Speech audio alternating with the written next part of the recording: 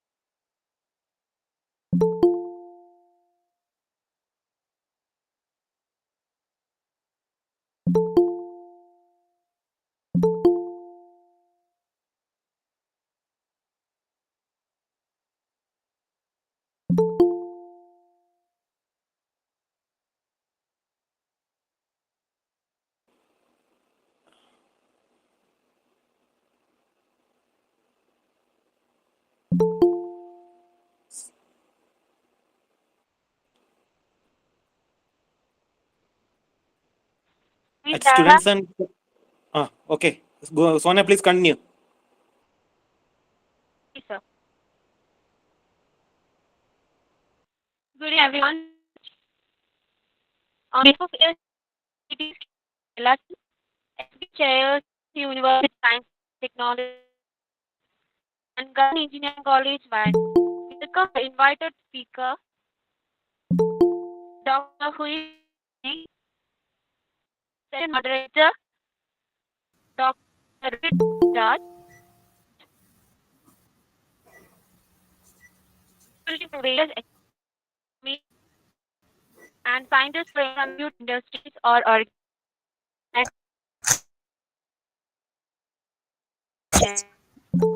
Follows as before going to chair for introducing our would like to thank APS and the scale action and to our and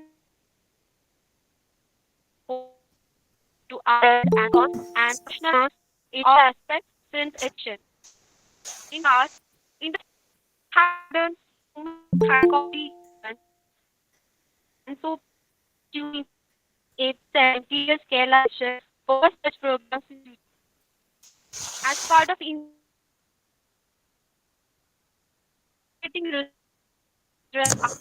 undergraduate got internship visit and so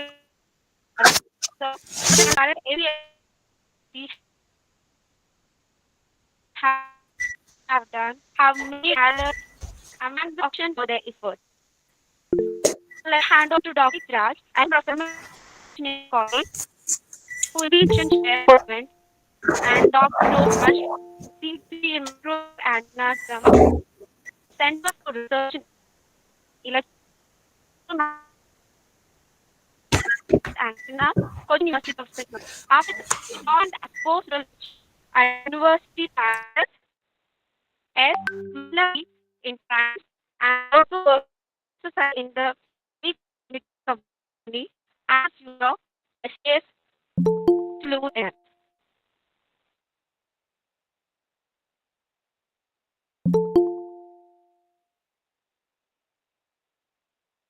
Okay, thank you, Sona. Unfortunately, your signal was not clear. I couldn't hear the introductory part. Am I audible, Yes, sir? sir. Yeah, okay. So, a very good evening to you all. So, today is an important day for the IEEE student branch of Government Engineering College Wayanad, SB of QSAT, and the entire IEEE community coming under IEEE Kerala section. We are going to attend an expert talk from Dr. Hui Li from Dalian University, China. Hearty welcome, dear Professor Hui. Before starting the class, let me introduce Dr. Hui. Dr. Hui received a PhD degree in electrical engineering from Royal Institute of Technology, KTH, Sweden. From 2012 to 15, she was a postdoctoral researcher at the Department of Electrical and Information Technology, Lund University, Sweden. After her postdoc, she joined Dalian University of Technology and is now a professor there. She is also an adjunct professor in Tohoku University, Japan. She is an IEEE senior member and serves as the committee member in the China Electronic Society. Dr. Hui is now serving as IEEE APS Young Professional Ambassador, and she is an associate editor of IEEE AWPL. She is actively taking initiatives in the Women in Microwave sessions in many international conferences. She also served as technical program committee member of several prestigious international conferences. She has won CST University Publication Award in 2013, IEEE Women in NEMO Award in 2020, and Best Paper Award in IEEE ICE ICT in 2021. Due to her expertise in designing terminal antennas, she has received several grants continuously from the National Science Foundation of China. Famous communication companies such as Huawei and Oppo also initiated long-term cooperation with Dr. Hui Li on terminal antennas in smartphones and smartwatches. She has published one book, two book chapters, two US patents, and more than 80 papers in international journals and conferences, with more than 1,700 citations and H-index of 19. Her areas of researches are mobile handset antennas, theory of characteristic mode, RFID antennas, antenna user interactions, millimeter wave antennas, and microwave imaging. And today she will deliver a talk on multiple antennas in terminal devices. On behalf of IEEE student branches of Government Engineering College, Wayanad, and QSAT, IEEE Kerala section, IEEE AP and MGT Kerala chapters, I cordially invite her to deliver the talk. I'm sure that this would be an enriching session for our participants. So at the end of the session, I request all of you to participate in the QA session, because that is the important part of this, because we will have so many questions. So we will have a QA at the end, and you can post your questions in the chat box during the presentation, so that Professor will be able to answer at the end of the presentation. I humbly request Professor Hui Li to deliver the talk. Please, madam. Thank you so much. Should I turn on the camera, or it doesn't need to be? You can turn on the camera, and but I think when you are on the presentation mode, you can share your screen, madam. Yeah, then I just sharing my screen. If that works now. Yeah. Yeah. Thank you so much for the very long introduction, Professor Raj. Thank you very much for holding this session. I would like to express my great gratitude for that, because it's in the weekend and it's very late at night. And also thank you very much for all the audience here. takes a lot of time for you to participate in this session. And also I want to thank Mohammed and Sona for just arranging this session before we have some trial demos. So I would like to thank you all before my presentation. Then today I'm going to talk about multiple antennas in terminal devices. And as Professor Raj has introduced, my name is Hui Li. I'm from Dalian University of Technology. And since I'm very honored to be elected as IEEE Young Professionals, and I'm trying to deliver what I'm doing, and what I will do in the future to more people. And firstly, I would like to, maybe Dalian is not so familiar to all of you, so I would like to firstly have a brief idea of where I am. So this is China, and we are close to India, and this is where Dalian locates. This is a very seaside city. Actually, it's quite near Beijing, but it's not that near because China is very large, and this is a world map. If we take a closer look at the map, we are here actually, and Beijing is here. And Dalian is not a very large city. It's a kind of a small city, and we have around 6 million people here, and our total area is not that big. And this is my university. I'm from Dalian University of Technology, and my university ranked top 2% in Chinese universities. And we have 3 different campuses, and I mean the main campus. Our university mainly focuses on science and engineering, although it has multidisciplinary systems. And this is about me. I think it has been it has been introduced by Professor Raj in very detail, so I will not go through it. And I would like to say that I participate a lot in many women engineering activities, including being the chairs, organize the sessions. And I would like to encourage all of the young women scientists to try to contribute to our society. I think although we are not the majority in our society, but I think we can still contribute a lot. And then let's just go directly to the presentation. In this presentation, I'll just simply divide my presentation into 4 parts, and let's first go into the overview and the background. As we all know that the frequency spectrum has always been a very valuable resource in wireless communications. And in recent years, we see for the wireless communication spans from around 600 megahertz to a very high frequency band of maybe 48 gigahertz, or even for the radar application, it can go to 77 gigahertz. So over such a large frequency spectrum, different countries will also have different standards for wireless communications. In terminal devices, we not only need to carry all these frequencies bands in one country, but we need the terminal device to move worldwide. So it becomes very challenging for the terminal devices to design antennas. That is one of the main challenges, and it becomes more and more serious when the wireless communication system becomes more complicated. So that is the challenges for us. And this frequency spectrum figure is initiated by Dr. Huang. So I like this picture very much. I just have been permitted to use it here. And for wireless communication, actually, if we talk about terminal devices, we can. This is the evolvement of the wireless communication, the terminal, especially the handsets antennas.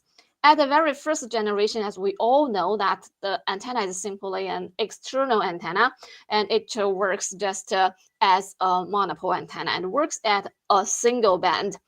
So this antenna is quite simple and is well known at that time. And when it comes to the second generation of wireless communication, we know that the external antenna has become internal antenna, and the most frequently used antenna type is something like this. It's a PFA. It works at a dual band or three band. So this doesn't, it is not complicated at all, and the back cover is made of plastic rather than the metal. And when it comes to the smartphone at a year around 2000, we know that it becomes complicated, and we want to use metallic case. The metallic case makes the design of the mobile handsets very complicated, and we can only use or mainly use the frame of the handsets to radiate. So nowadays, the antennas are built on the frame of the handsets. A well-known problem here is like the desk grip from Apple. I think at the year around 2010. So it is the user effect have greatly influenced the performances of the antennas.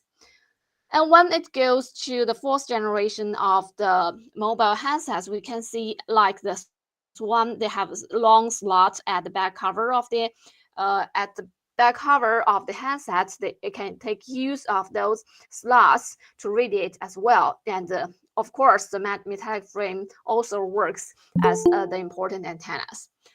Then nowadays we know that we all want to use the 5G mobile handsets with millimeter wave antennas, and even we want more and more. We want folded phone, and we want it a lot. So it becomes more challenging for the terminal devices, especially the antenna design. Let's see some of the products from different companies. How the antenna is built on that. We can see there are a lot of on-frame cuts here. If you check your mobile handset, you will find a lot of those cuts here. And for the folded phone, we also can see maybe more those on-frame cuts. That is all for antennas. With those cuts, we can have the antennas radiating properly. So that is how we made antennas nowadays for the mobile handsets. And here are the challenges. The metal frames are very popular, and so we need to employ the metal frames for radiation, and the on-frame cut. The number of on-frame cuts, their locations and their weights actually are very crucial for those metal framed antennas. And even the millimeter wave ones are also influenced, but it mainly influences the microwave ones. For such an antenna system, for example, handset system, for example, we need to cover all those generation wireless communication standards, including the 2G, 3G, 4G, 5G, and also our Wi-Fi, GPS, and near-field communication. So there are a lot of bands for the mobile handsets. Actually, for 5G, only for 5G, there should be 14 antennas in this just this mobile handset shown here, and in total, including all the other bands, we have 21 antennas in total. So that's a lot of antenna in such a small space, and we cannot even take the main PCB, or so we can only take something around the handsets, just along the frame. That is very, very challenging. It's difficult to take all those antennas. And if we take a closer look at that one, this is a 5G phone. I think it's maybe the the first 5G millimeter smartphone in the world. It is from 2019. We can see that besides those microwave antennas, we shot it for MCW, this microwave antennas. We also have millimeter wave antennas here. And where does we put those millimeter wave antennas? One is on the top. This is the top. This is the bottom.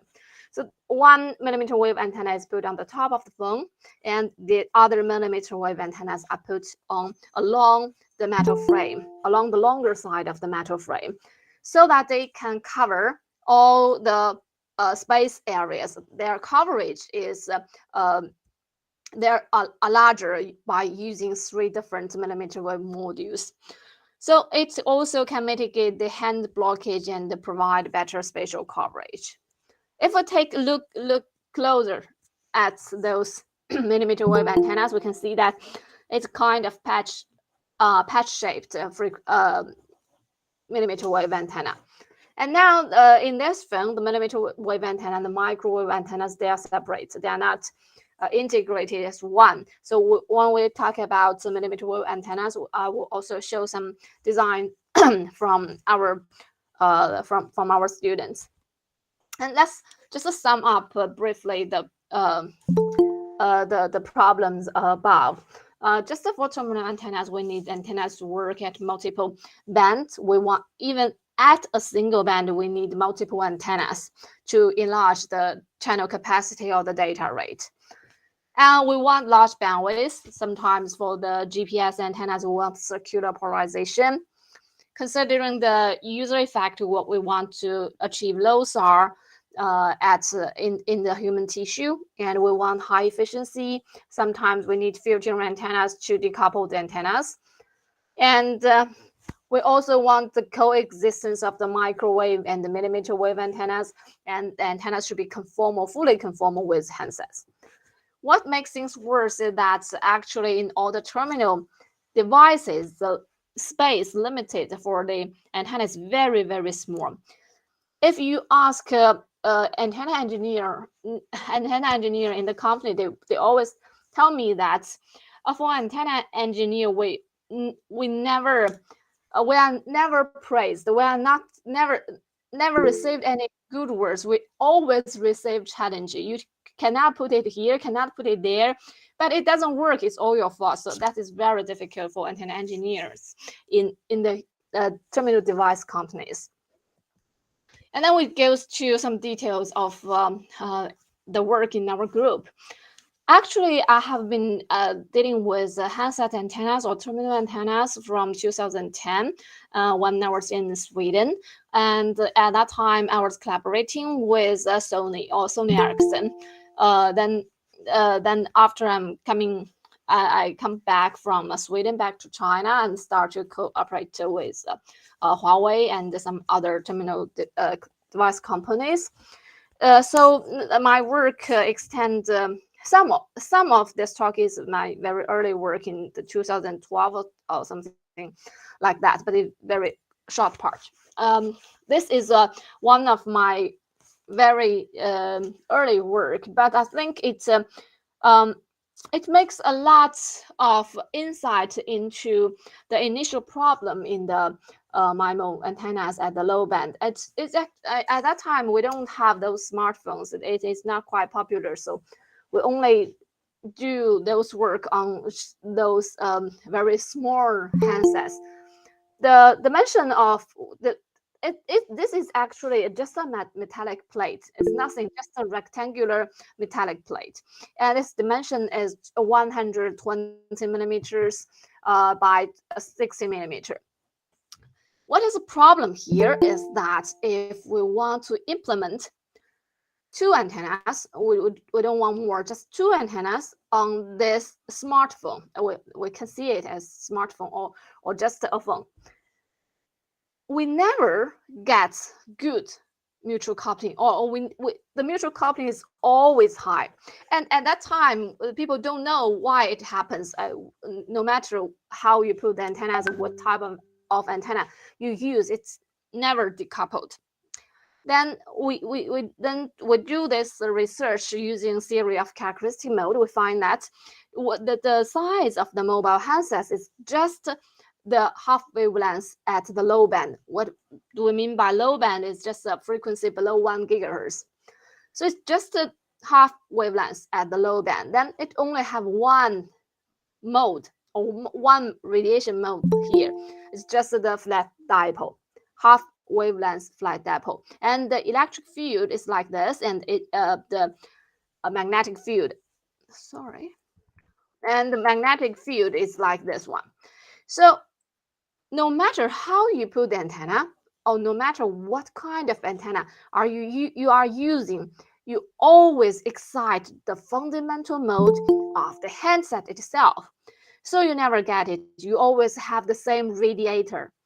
That is a problem. But if we take a look at this distribution of the electric field, we can see that the electric field at the two ends are very high, and the electric field at the center is very low. So what we have the initial trial is that we just move one of the antenna. This is not practical at all, I know, but it's just to try it. Just move one of the P-PHY antennas from the edge of the handsets to the center. Actually, those antennas become extremely close to each other, or their cables are almost overlap. So the antennas become extremely close, but the isolation is improved a lot. That is just because then we have this slot antenna exciting this fundamental dipole mode, and the other P-PHY antenna does not excite it. It radiates based on itself. So then those two antennas are decoupled. But in this case, both of those antennas excite the fundamental dipole mode. That is a problem. Now, just based on this, we start to design another antennas. This is all early work, so the antenna seems not so practical. And then we just have one electrical antennas here, and the other magnetic antenna at the edge. So this magnetic antenna, since the magnetic field is very small at the edge, so the magnetic antenna will not excite the chassis mode. Then we also achieved very decoupled antennas, and we can see that those polarization diversity and the pattern diversity have been achieved, and the pattern correlation is very, very low. That is very rare in the low frequency band. But in this case, we always use one antenna exciting the chassis mode and the other antenna avoid exciting it. That is not good, because the other antenna not exciting it will not provide good bandwidth. Then we think about the third idea. How can we how can we do some modification of the antenna structure to provide more modes at the low band? So then we start to make changes to the mobile chassis. And then what we did is that we just add two T-shaped strips here. So in this case, then we will have two modes. One mode is the fundamental dipole mode along the length of the chassis, and the other one is just the current distribution is just like this. And the other mode is like this. It becomes the transverse dipole mode. It's just orthogonal to the longitude dipole mode. By doing this, we create two different modes at low band. Then just by exciting those two modes, we can achieve orthogonal antennas or orthogonal patterns of two antennas. Then this is a prototype we did at the time. And then this is S parameters. We can see that in the band we are interested in, actually the mutual coupling between them is quite small. Yeah, this is for the high band. This is for the low band. And if we move to the high band, things are quite different, because at the high band we still have these physical structures as the handset, but at the high band it is not half wavelengths. It have multiple wavelengths about its length. This length is around 150 millimeters. So at the high band it is easy to excite a lot of modes here. Then we need to build multiple antennas well decorrelated. So we need to think about how to excite those orthogonal modes independently or purely. So that's what we do. In this work, this is the work, this is quite recent work. And in this work, we just analyze the characteristic mode of this chassis, this chassis and the frame, with the frame. And the height of the frame, I think it's quite low. It's around 3 millimeters or something like that. And in this case, we just analyze the inherent modes of that. And those are the first 8 modes. And we can see that in this mode 1, the current is strong along the shorter edge, and those currents, they are out of phase. In this mode 2, the current is also strong along those shorter edge, but they are in phase. So those two modes, they are orthogonal. And what makes it good is that the radiation pattern, they are complementary with each other. And then we take a look at other lower order modes, because lower order modes always provide us better radiating properties. So we don't want to excite more higher order modes. For the lower order modes, we can see this mode 4. It has a co-phase current along the longer edge, and mode 6 have out of phase currents along the longer edge. So we are trying to build 4 antennas based on exciting those 4 modes. We are trying to excite 4 antennas by exciting those 4 modes independently. Then what we should do here is like this. We can have 4 ports. The first ports, we just excite the mode 1. And the other ports, we excite mode 2 just by 180 phase shifter.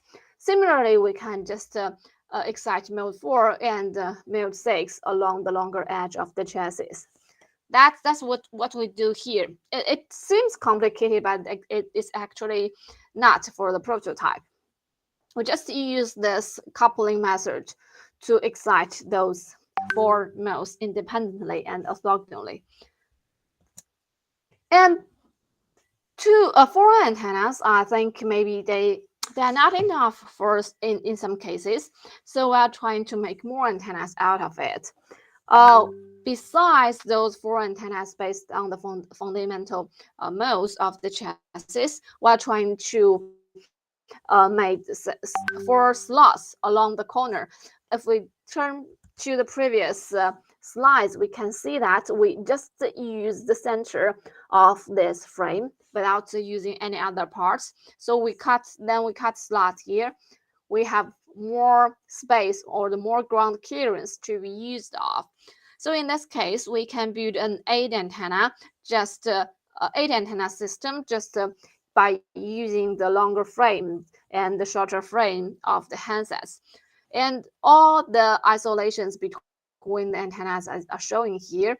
And the worst one is around 10 dB. And I think that is acceptable for an 8 antenna system. So this is just by analyzing the characteristic modes of the antennas. We are trying to build more antennas at the high band. And afterwards, actually, we are trying to provide an automatic design method to provide antenna systems.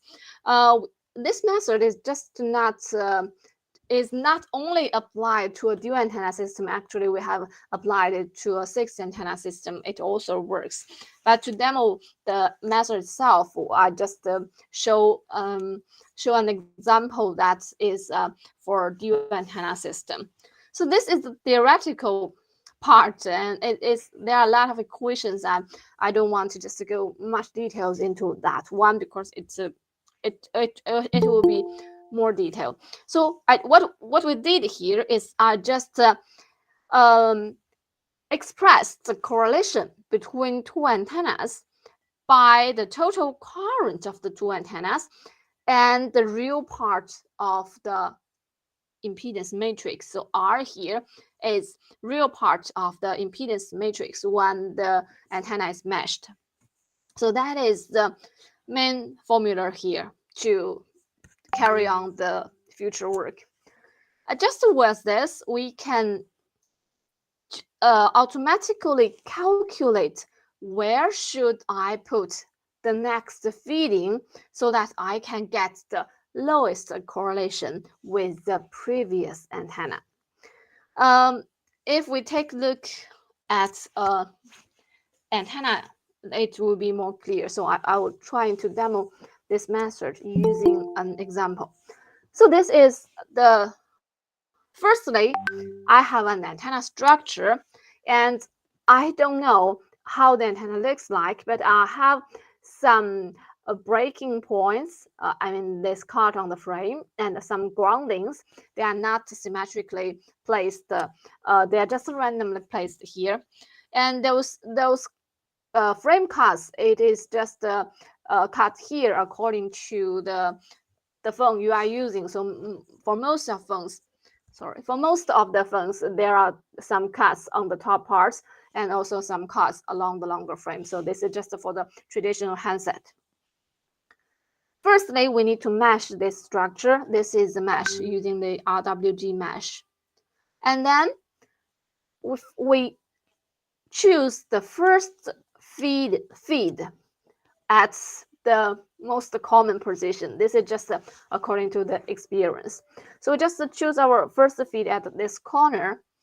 Afterwards, with the equations above in the previous slides, we can automatically calculate where the next or the second feeding should be, so that we can get the lowest correlation with port 1. So this is the port 1. It is defined in advance. And then use those following the previous procedures, we automatically find in MATLAB that the other or the second port should be placed here. Actually, we need to break the frame here, and we can put the port here. This is just automatically given by MATLAB by less than 1 second. Then we just, according to the result, we just put the feeding port here, and then we can find that the correlations between, no, not the correlation, the mutual coupling between the two antennas is very, very small. It's in the band of interest that this is a Wi-Fi band. It is below 30, it is below minus 30 dB. So that is, so why we are trying to do this? Because according to the requirement of the company, we want to decouple the Wi-Fi antenna and WLAN antenna. No, the Wi-Fi antenna and the Bluetooth antenna. We know that the Wi-Fi antenna and the Bluetooth antenna, they are working at the same band. So if we want to decouple them, we need to really decouple them. It's not the minus 10 doesn't work, so it should be below minus 30. So that is why we did this work.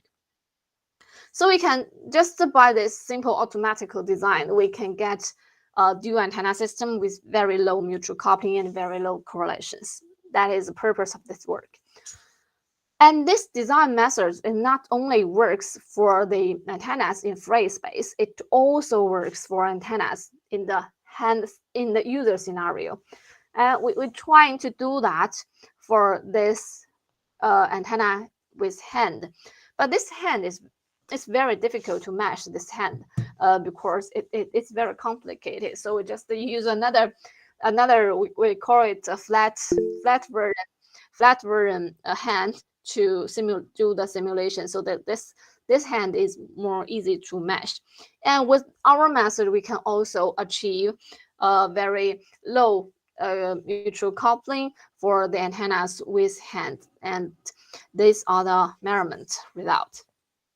And this is also what we did when the hand is around the user.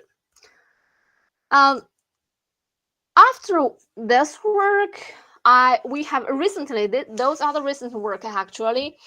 We have also tried on other methods to design multiple antennas or design terminal antennas. Some of them are not only terminal antenna and not only handset antennas, but they are also other terminal antennas. We want to find a more general method, more general idea to design antennas. So that is based on N-port network. And what does we do for N-port network? It's just like this. We put many ports along the area or along the structure. We can do some modification. We cannot put ports on the main PCB. We know that we cannot do any modification there, so we don't even put any port there.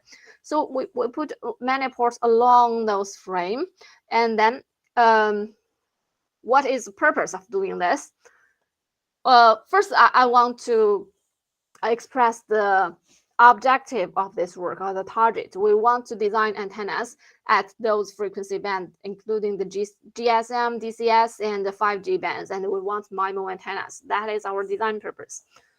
With this impedance matrix, or with this structure, we can just calculate it in CST or HFSS. Then we can get the impedance matrix, something like this. And for this impedance matrix, actually, if this port is shorted, then the impedance matrix are related with this port just maintained here. If this port is open, we just delete the corresponding lines and columns of this port. That's what we do. So with this port, we have an impedance matrix. We can see that we can calculate the eigenvalue and the model significance. We can do some characteristic mode analysis on this one, and then we can use the genetic algorithms. Then we can try to get a structure which can provide the potential, which can provide just the potential to cover all those bands. So after the calculation, we got an optimized structure like this. It is noticed that there's no feeding here. We just want to optimize the structure which can provide the potential to cover all those bands. So this is the optimized structure. And in this structure, the model significance is like this. So we can see that the MS is quite large at 1 gigahertz at around this bands, and this is the 5G bands. With this structure, we can try to put feedings like this, and we have also some antenna feeding selections. I didn't go into quite details on this, but if you are interested, you can refer to the paper we have published. And then this is a feeding selection process. And how do we select the feedings? We are trying to calculate the local currents at each possible, this shorting strips. At each shorting strips, we calculate the local current on that. After this, we find that we can put 2 antennas at the cellular band, and we can put 4 antennas at the 5G bands, and this is the final structure. Those ports, external ports, originally they are those grounding strips, but now we use them as ports. So this is port 1, 2, 3, 4, 5, 6, and port 1 and port 2, they are the cellular, they cover the cellular bands. And port 3 to port 6, they cover, they are MIMO antennas, they covering a wide band from 2.4 gigahertz to 3.8 gigahertz. So then we produce a MIMO antenna system working at multiple bands.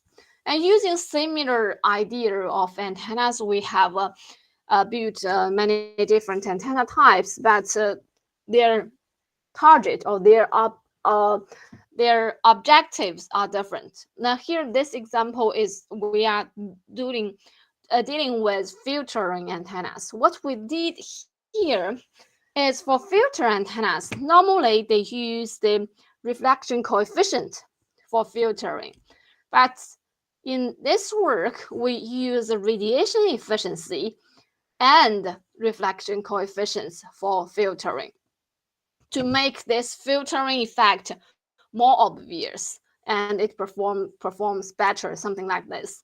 And what we do here is that we also put many, this is just to show the method, but we implement it on the mobile handset.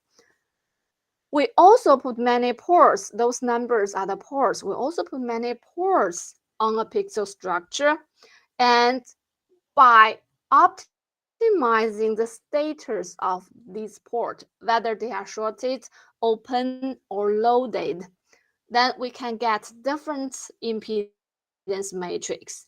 And for different impedance matrix, we will get different current distributions along the antenna.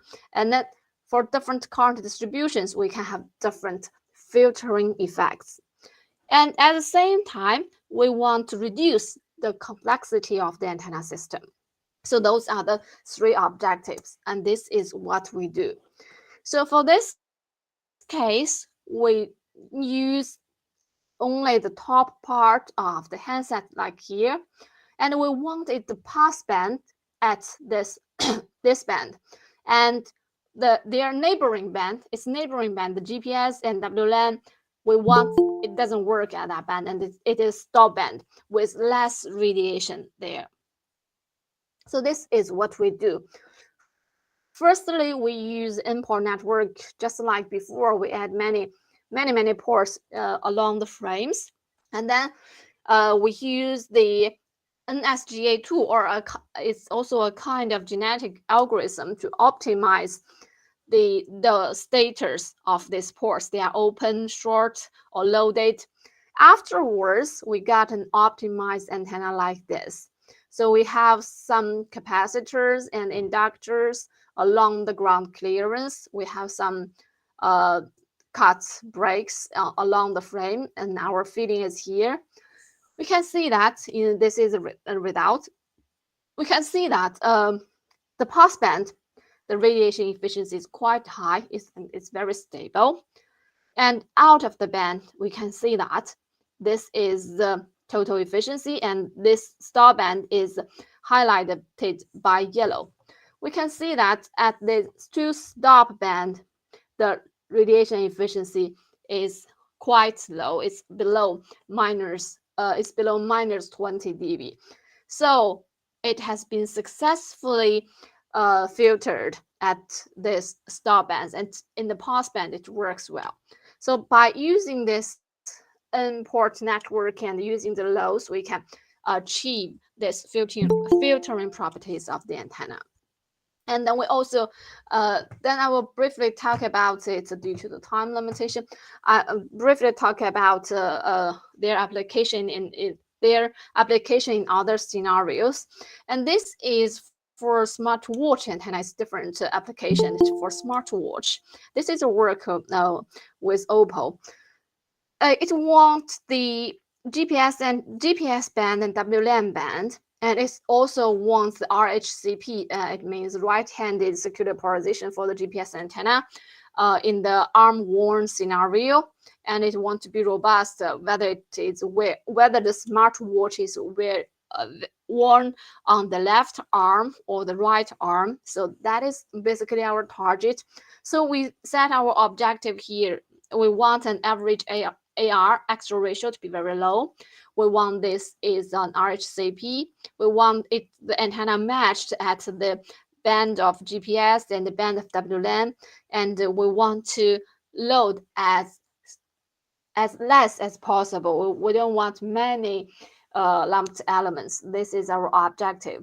And just also by optimizing states of many ports, I think that this is many ports here. Just by optimizing the status of them, at the end, we only need to have 3 loads here. At those 3 locations, we can achieve a very low aspect ratio at the GPS band, and the antenna also works at a dual band.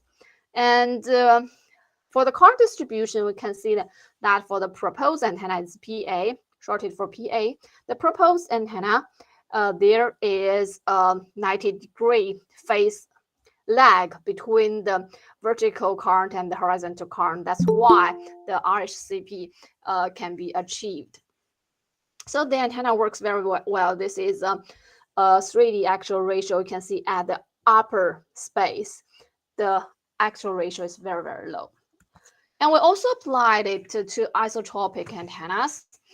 For this is not even for a smartwatch. It is a general application, because for the Internet of Things, isotropic antenna is more and more desired, because we don't, due to the multi-pass effect, we don't know where the signal comes from. So the isotropic antenna becomes very important. And then this one, for the isotropic antennas, we want to first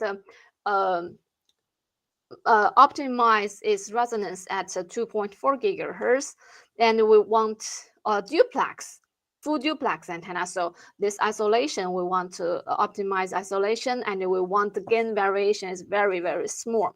So firstly, we work at a single antenna. And for the single antenna case, we can see that the radiation pattern, this is another kind of expression of the radiation pattern. So the roundness over the 3D range is below 0.7 dB. The ideal one is 0 dB. It means it's isotropic. But here, 0.7 dB is the maximum gain minus the minimum gain. So there's almost no variation of the radiation patterns. This is, as we understand, this is the most round pattern have been achieved in all the literatures. And this is a current distribution. We use pixel antennas to do this work.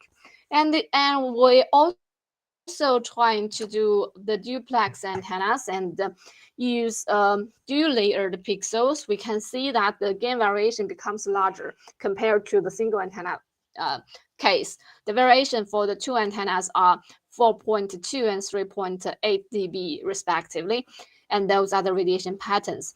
But their isolations is quite good, although they are kind of close to each other. Their isolations is also about 30 dB.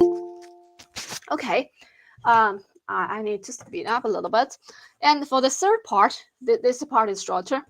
We are dealing with the millimeter wave bands. For the handset antennas, actually this is also a bit early, and we are trying to do the millimeter wave module for the mobile handsets. This is also the cooperation with Huawei technology, but this is a quite initial work previously. For handset antennas, millimeter wave module, it cannot be made very complicated, because then it's very hard to fabricate.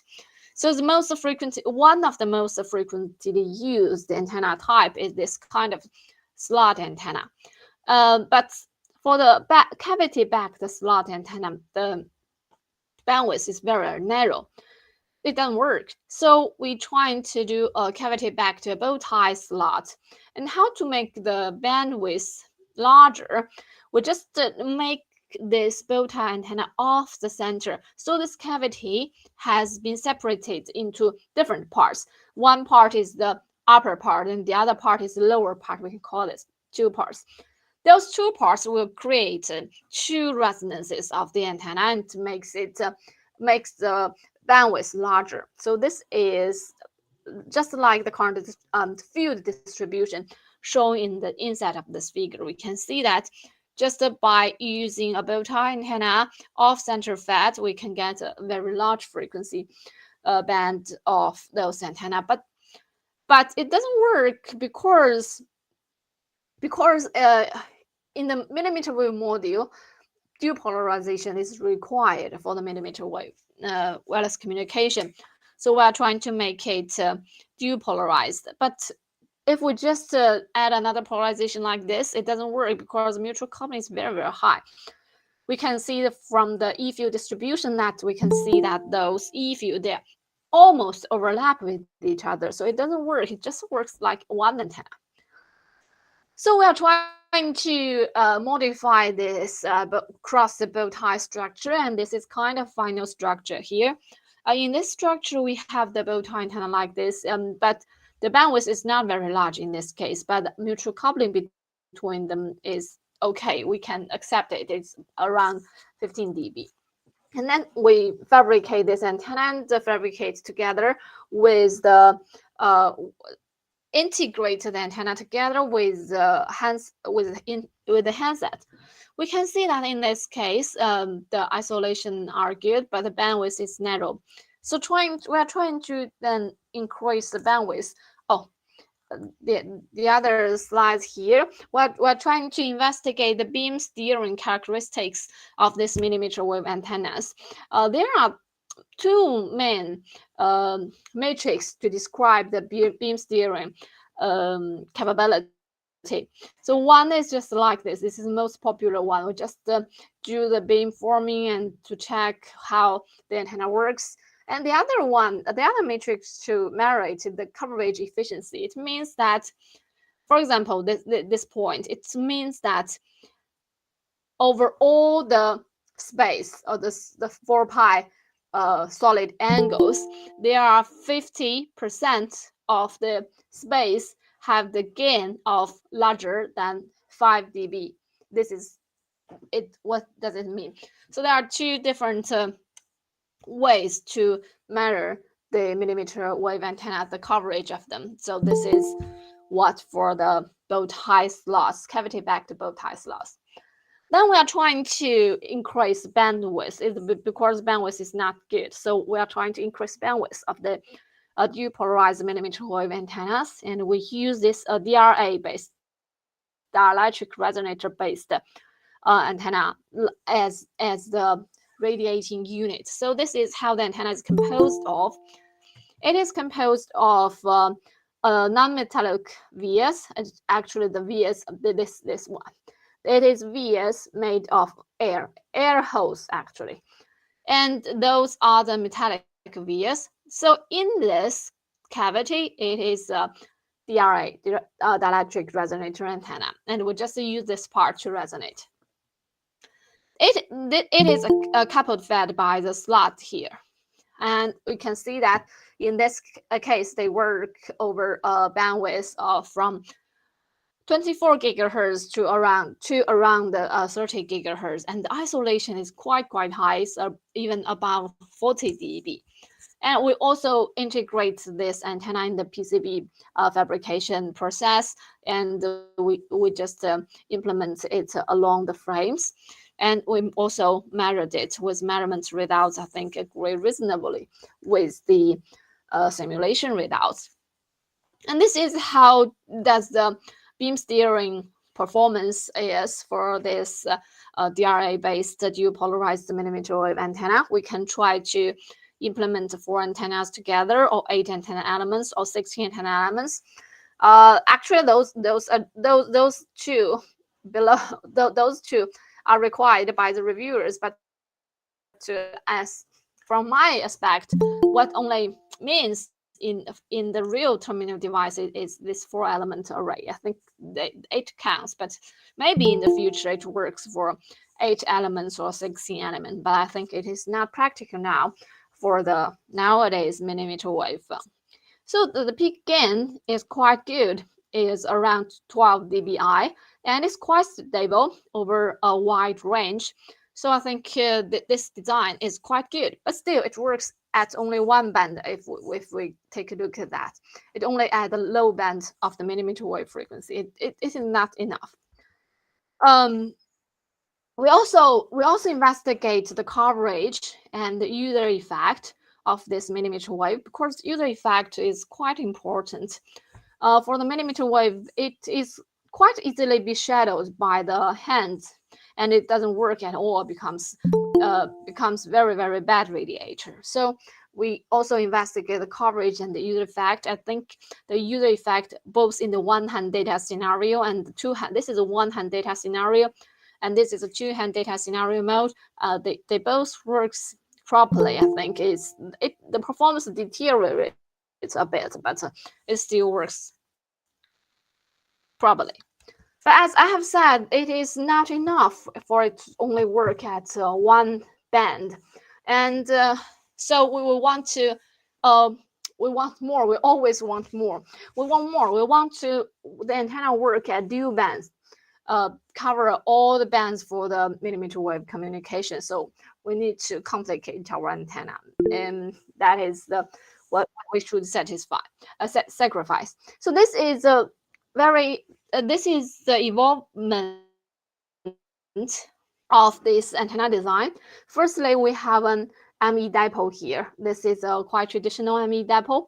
It works the M dipole, E dipole. Let's first talk about E dipole. E dipole works along this 45 degree and minus 45 degree. There are 2 polarizations. Those are the E dipole. And M dipole is composed of those works actually on the shorting pins, and those are the M dipole at the lower side, I should say. So this is a very initial work of this ME dipole, because ME dipole can provide us kind of stable radiation pattern over a larger bandwidth. So that is the reason we choose ME dipole as the initial design. However, in this case, as the ground plane is quite small compared to the radiating element, we can see that there are a strong back lobe here in this radiation pattern. It is not good. So we cannot accept that one. So we put a lot of vias along the periphery of the ground plane so that we can make the radiation to the bore site and increase the gain. It works well, actually. We can see that for the reference antenna 2 at the low band, it works well. The radiation becomes the bore site, and the back lobe is quite well reduced. It works well in this case. But if we take a look at the S parameters and realize again, something happened here at 42 gigahertz. There's something happened here, something weird. Also, the gain drops a lot. So there must be something here and makes this frequency not continuous. Otherwise, it will be good, but this is something bad here.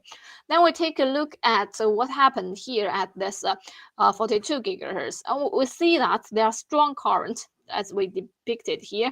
There are strong current. It means that the current is not only on the antenna itself, but it radiates by those vias. So that those vias, then it provides some bad influence on the radiation. So we just delete those vias with strong currents, couple strong currents, and then we go to the final proposed antenna. And in this case, just this red line, we can see that the antenna works well at the dual band, or even we can say it's a very, very wide band antenna.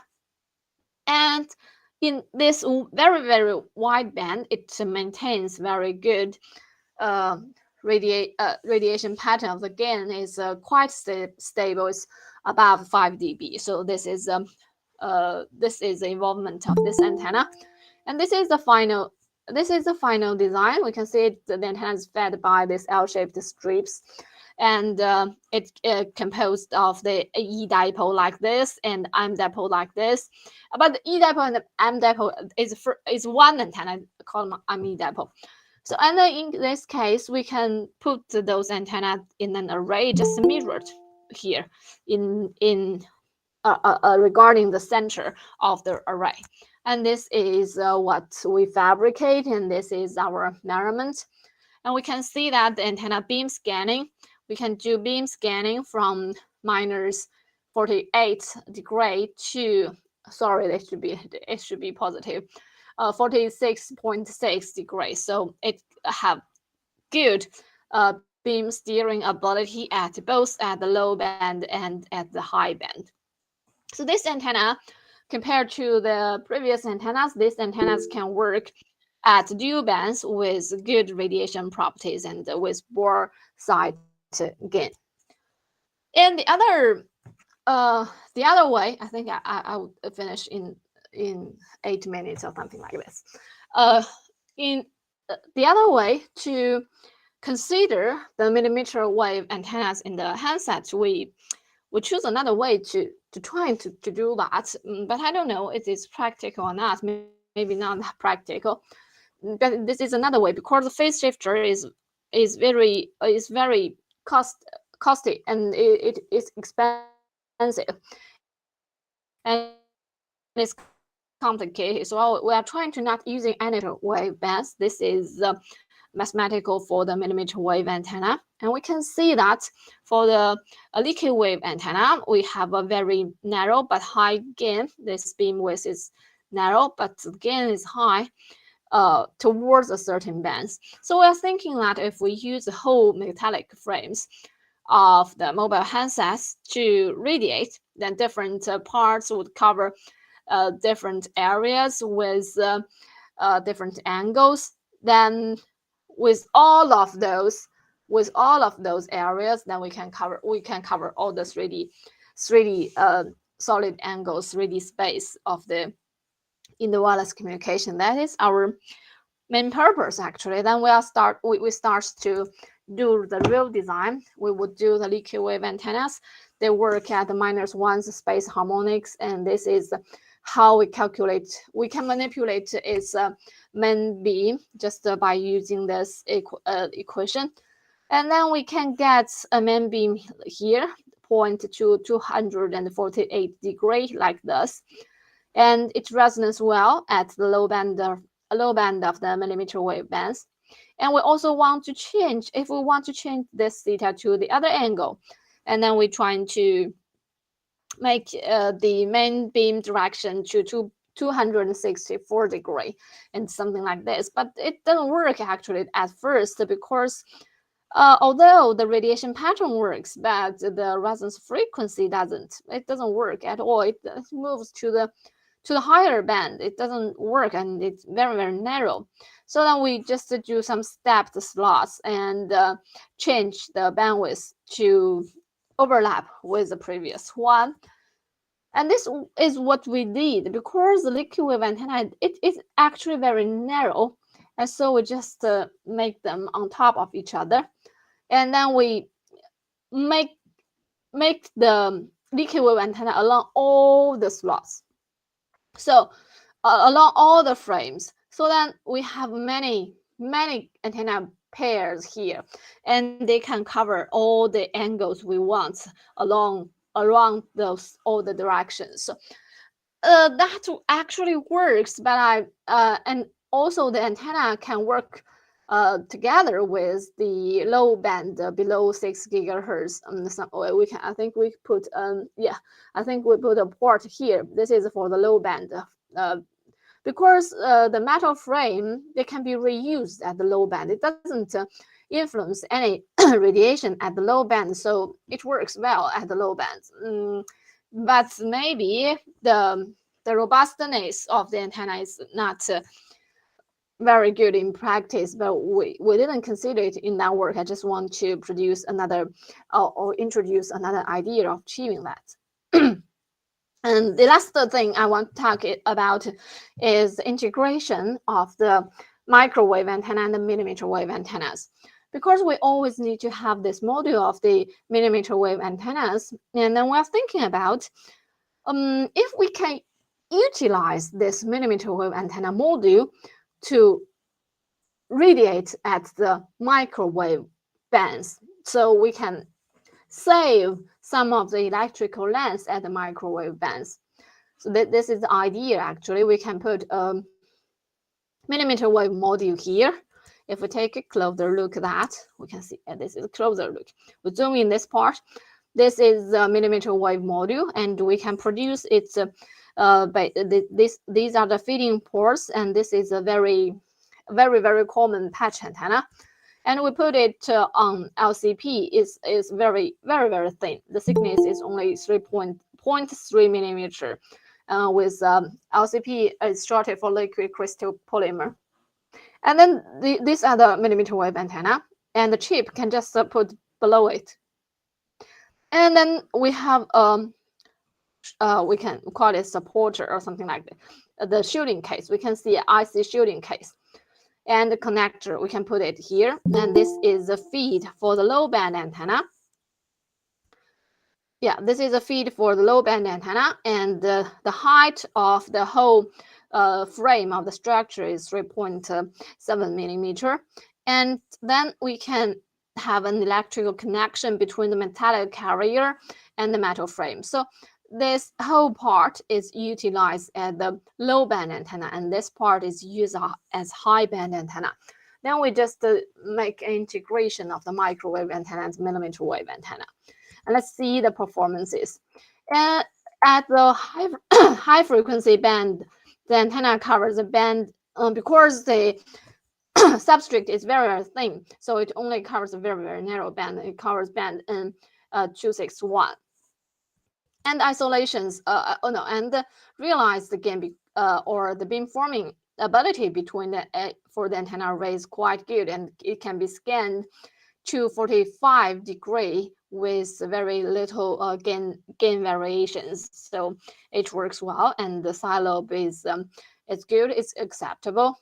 And then this is the 3D scan properties has been described before. We can see that is when the for the array is pointed to the 0 degree, and this is pointed to the theta equals 15, and this is more tilted, as beamforming is pointed to theta is 30 degree, and this point to theta equals to 45 degrees. So this is a 3D beam scanning process like this. And if we take a look at the low band, the low band we also covers 2 frequency band, and the frequency band is very, very low. We cover the low band from 688 to 809 megahertz, and high band we cover a very high band also. So this is the commercial band we are covering, and those are the S parameters between the antennas. We can see that the mutual coupling between the microwave band and millimeter wave band, they are negligible. We don't need to care about it even. So this isolation are quite good, and it works very well. So with this idea, this is actually now an initial idea. With this idea, the MCW, this is microwave band and millimeter wave band antennas are well integrated. It helps the millimeter wave antenna module helps the microwave antennas to radiate or to reduce its electrical length. Yeah, I think this is end of my talk. I didn't make a page of conclusion. I made it and then I deleted it because I think I just have those 2 parts. They are quite clear, and I don't want to just repeat it again. And I would like to thank my cooperator, Yun-Kyung Lau from Lund University, and all others, all my cooperator and team members, and also my students.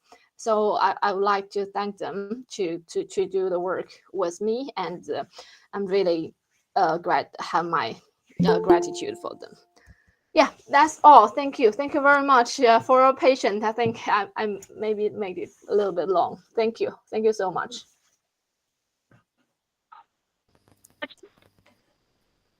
Thank you, Professor Huili, for the enriching session here. And we have so many questions regarding your presentation, and it was really good. And we actually got got an exposure, to the mobile antenna, terminal antenna designs, and it seems that you have very good industry academic interaction there. So we have some questions, Madam. Rohit sir, Yeah. can we have a snapshot with the madam so that for reporting? Yeah. Okay. Then we will continue. So by the time you select the question, sir, and we'll have the interaction. So for the time, I think all of you turn off your camera, and we'll have a snapshot. Navneet and all, are you there? Yes, sir, I'll take a snapshot.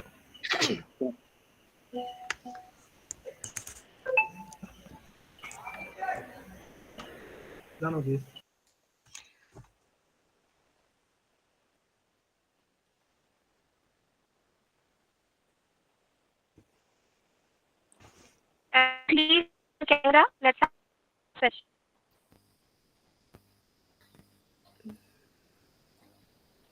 I have some problem with my camera. Unfortunately, I cannot turn on my camera.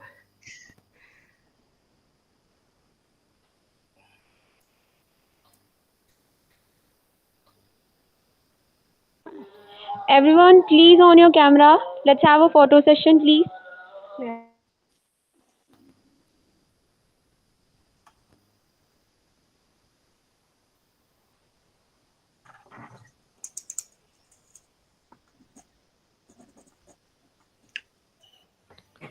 Hope you guys are ready.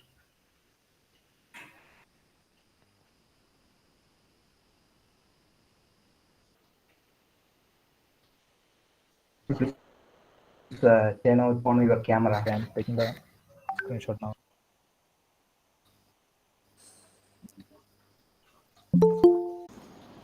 Attendance. Yes, sheet which sure, is sure. required to get the certificate has been provided. So please fill it, guys. Is it audible? Sir, can you hear me, sir? Audible. Yes, it's audible. Yes. Okay. Audible. Madam, the first question from Mr. Devaraj is, what is the minimum required isolation level in the case of MIMO antenna? What would be the minimum isolation level between the ports? Yeah, I saw that in this chatting area. I think for the low band of the mobile handset, normally we think 10 dB, above 10 dB, isolation above 10 dB would be okay. And for the high band, normally 15 dB are required. I think this is, as far as I know, I think it's something like this. Yeah. And for the base station side, it's normally it should be higher than 15 dB. That is a minimum requirement for the base station side.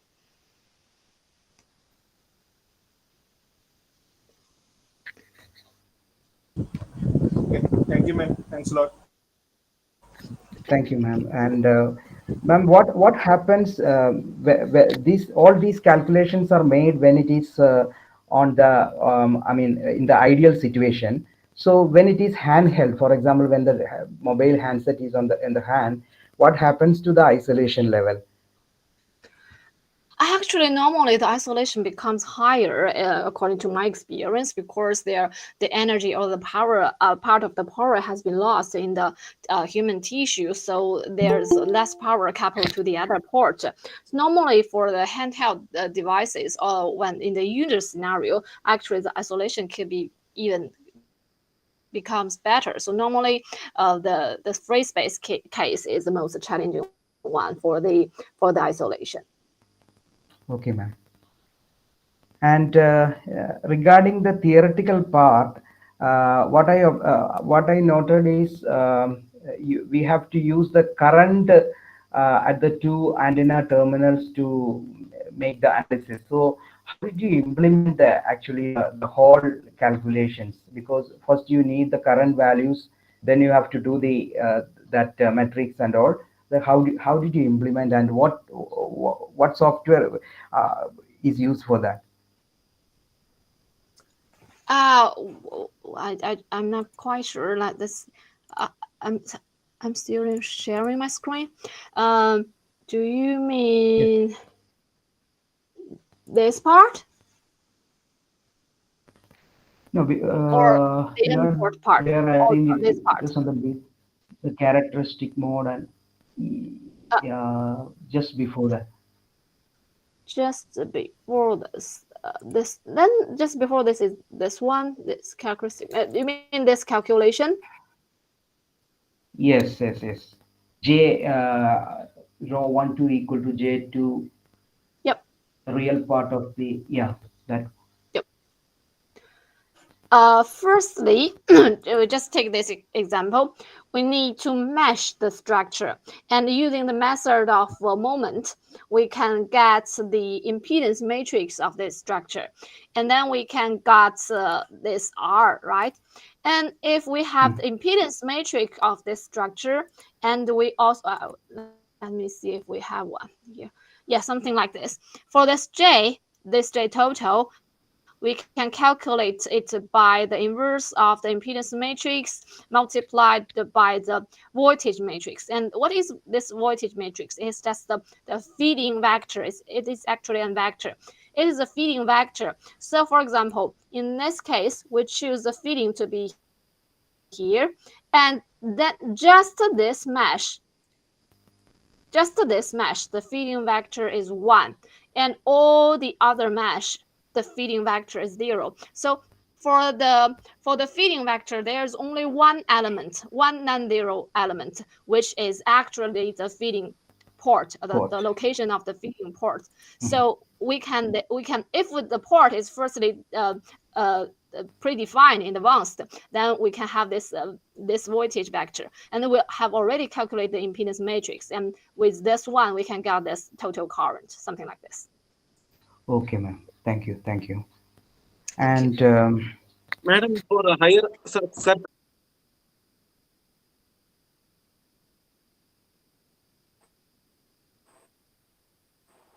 yeah, sure, go ahead, so sir. excitation, are you using that eigensolver for doing that, or what?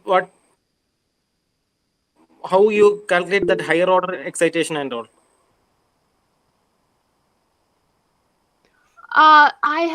We have some in-house code for that, and sometimes in most cases we have some in-house code, lab code to deal with Is it those FTDD based or a method of moment only? based on method of moment. So you using that you calculate the higher order more but in HFSS we have seen that eigensolver, madam, for calculating the higher order, isn't it? So likewise, this will also.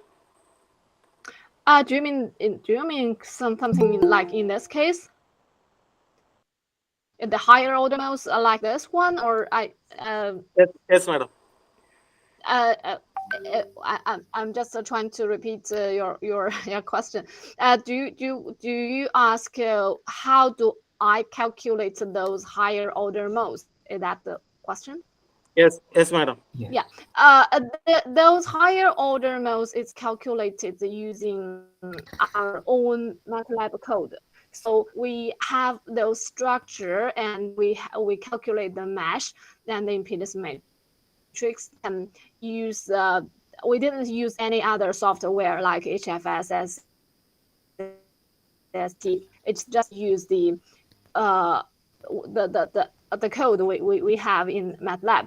But I think for this simple structure, it works well in CST. I think it works well. We can use CST. I think it's called eigenmode solver or something like that. There's one solver we could use it for characteristic mode. I don't recommend the HFSS because I think it works a little bit worse. The most recommended one would be FECO. Noted, madam. Noted. Yeah, thank you. Thank you.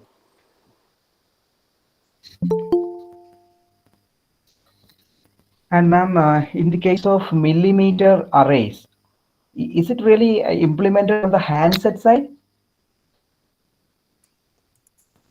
For the millimeter wave arrays, you mean does it really implement it in the real handset, or is our design implement? It has been commercially implemented in the handsets. This is the first one here. Millimeter wave array. Yeah, this is the millimeter wave So the array. facial and are they using the digital beamformer? Yeah, they use digital beamforming here using chip. So this is Wow. antenna, and below it the chip is quite just there. So it uses digital beamforming for this array. There are 3 modules here, the one here, and the other one here. I think there are many this kind of modules here nowadays in the mobile handset. Okay. Madam, is it leaky wave type or? No. This is not leaky wave type. This is just a patch antennas. This is a patch with parasitic element. If we can see from this picture, this is a patch antenna, and there are some parasitic elements here. Just I think maybe for wider bandwidth or something like that. Okay. I also see someone raising up hand. Yeah, good evening. This is Yogesh Verma this side from Hyderabad. Can I ask you a few questions? Yes, please. Okay. First of all, I'm in a traffic, so maybe you may see some honking sound, so please excuse me. Secondly, your slide number 43, where you are talking about the antenna which is having dipoles embedded. Can you just come to that slide? Yep. Do you mean because the signal I cannot hear you very clearly? I don't know if it's my problem or do you mean this one? Or Yes, I mean this one. Yeah. yeah, On this antenna only, you have shown in the next slide the scanning pattern. Is that so? this scanning pattern. Yeah, it is on the say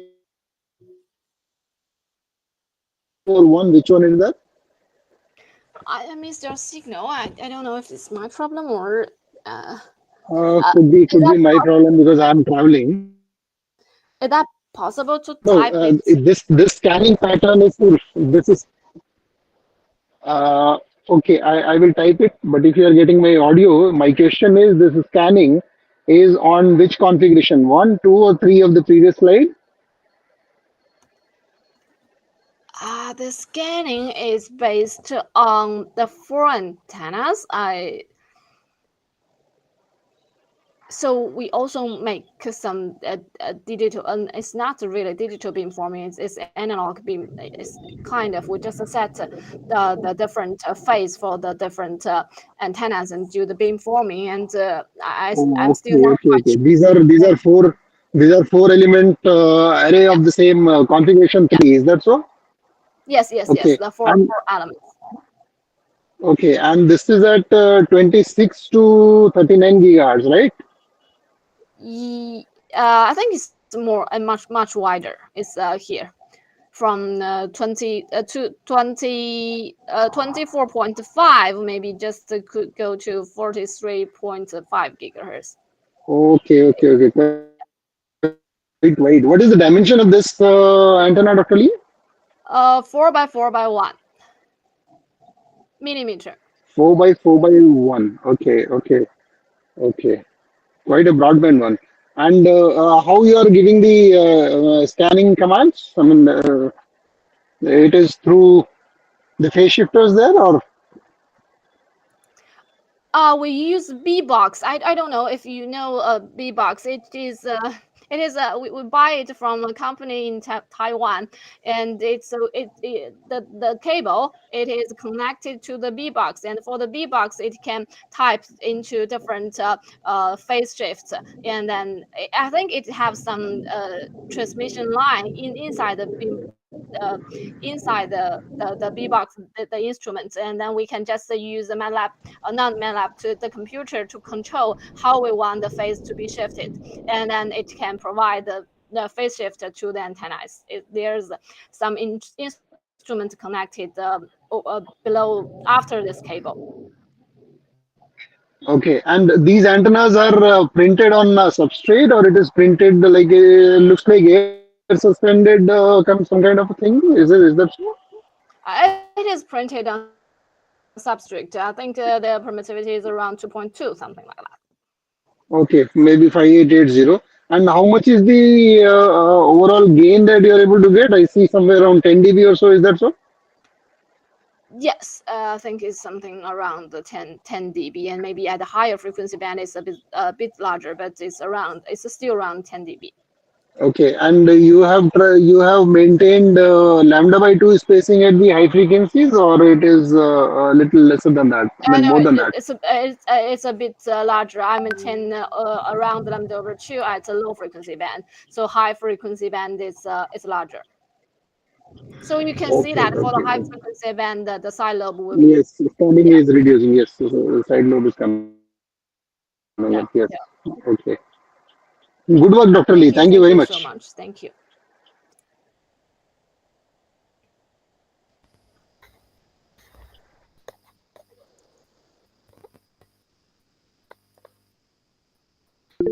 Dear participants, if you have more questions, you can ask here. Ma'am, Yes. do you have any advice for beginner undergraduate students? Oh, that's a big question. The beginning of a graduate students, for my students, the first advice I gave would be to read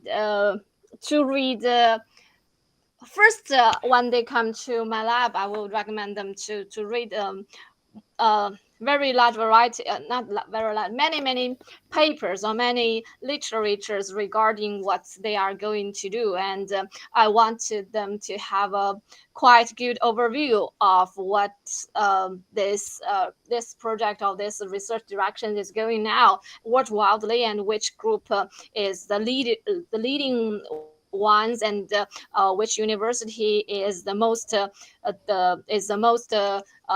they are most expert there in this field, in this specific field, because in different field of antennas, different university or different groups would do a better job. So I would suggest them to have an overview of the specific area they will be dedicated to, and by reading a lot of literatures. And I think this is the first advice. And after this one, I think I would like them to share their literature review with all the groups, and to let others, even they don't do this area, they would still know some overview, and then I will let him or her to recover or redo one of the very recent and very good paper, to just redo all the calculations, the simulations, and everything, to make sure that they understand those papers profoundly, and to know it better. And after that, I think maybe for the very beginning of the graduate student, I will not to let them come up with an idea of something. I think that will be later. I will talk with them what are they thinking about, and I will provide some ideas, and they will try to do it. That is my way, but maybe it is not quite good way, but I would like them to read a lot and to know about the area first,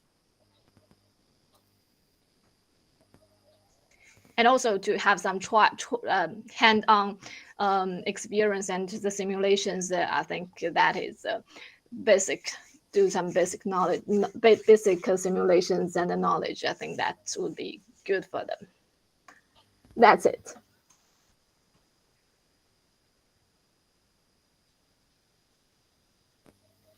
Any more questions? Okay, Anu sir, shall we close this session, sir? Sir, thank you very much, sir, and I will do the vote of thanks and as a formality, and we will finish off. What do you think, sir? Yeah. Let's close the session. So, madam, Yes. thank you so much. Really happy to meet you Sir, I will do evening here, madam. Yeah. Thank you. Please, Thank madam. you.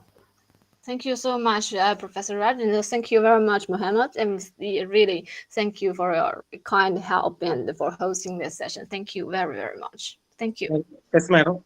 So, on behalf of APS, MTTS Kerala sections and the SBs, Cochin University of Science and Technology and Government Engineering College, Wayanad, today we have fortunate to have you, madam, an academician who still have industrial interaction, as what Roy sir was mentioning, and working on with real world issues in the communication area. Such faculty are very, very rare, and I hope that your talk will definitely give some inspiration to some of our future generation to aspire a career in RF domain.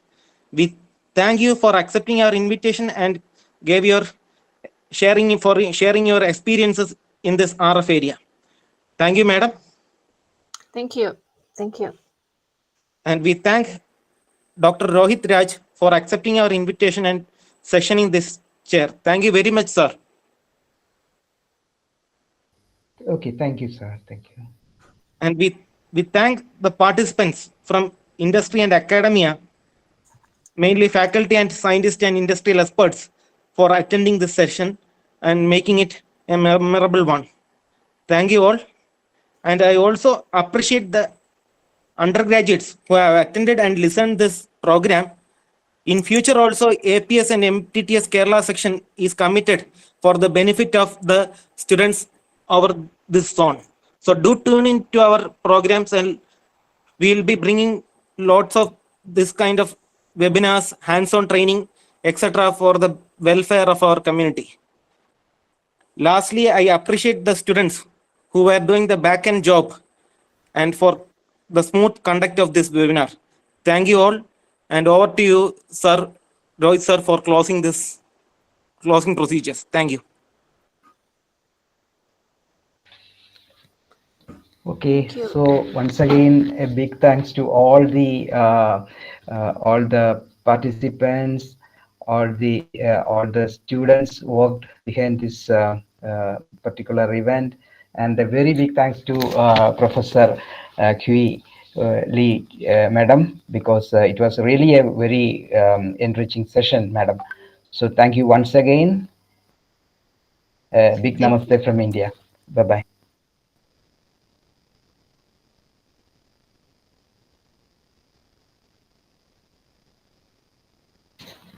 Bye-bye. Thank you. Thank you so much. Bye-bye. Bye-bye. Excuse me, sir. Yes. Hello. Share this presentation. It looks really informative, so it would be helpful, I guess.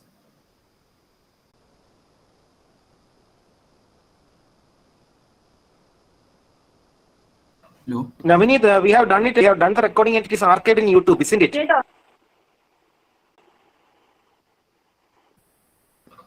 Yes, I submitted YouTube.